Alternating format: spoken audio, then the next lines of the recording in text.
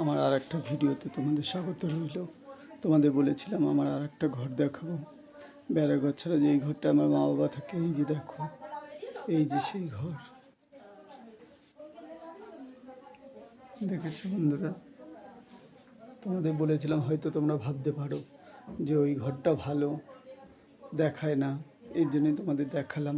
কারণ তোমাদের কথা দিয়েছিলাম যে আমার মা বাবা থাকে ওই ঘরটা দেখাবো। দেখো, ওই ঘরটারও একই পরিস্থিতি, ওটা বেড়ার আর এইটা ইটের, এটাই তফাৎ, কিন্তু একই ভাঙা চূড়া একই। দেখো,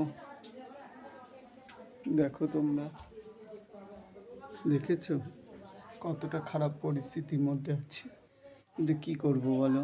এটাই হয়তো ভগবান লিখে দিয়েছে কপালে, এটাই সুখ, এটাই শান্তি, এটা নিয়েই থাকতে হবে। তাও তোমাদের যদি একটু সাহায্য পাই, এতে যদি কিছু করতে পারি জীবনে, এটুকুই ভালোবাসা দিও বন্ধুরা। বাই।